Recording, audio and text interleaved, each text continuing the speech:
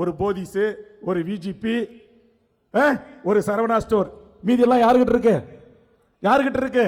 இங்க நான் ஆண்ட பரம்பரை என்று சொல்லக்கூடியவர்கள் இடத்திலேயோ, நான் இந்த மண்ணிலே மிகப்பெரிய சிங்கம் சொல்லக்கூடியவர் இடத்திலேயோ, நான் மிகப்பெரிய சிறுத்தை என்று சொல்லக்கூடியவர்கள் இடத்திலேயோ, நான் சேர சோழ பாண்டிய மன்னர்களின் வாரிசு என்று சொல்லக்கூடிய இடத்திலேயோ, என் தமிழ் சமூகம் இருந்த அத்தனை உரிமைகளையும் கொஞ்சம் கொஞ்சமாக பறித்து தமிழ் சமூகத்தில் இருக்கிற அத்தனை வணிகத்தையும் அத்தனை தொழிலையும் இன்றைக்கு வெளிநாட்டு கும்பல் கைப்பற்றிக் கொள்ளுகிறார். அதை தட்டி கேட்கிற ஒரு அரசியல் இயக்கம் தமிழக வாழ்வுரிமை கட்சியை தவிர எவனும் கேட்கலாம்.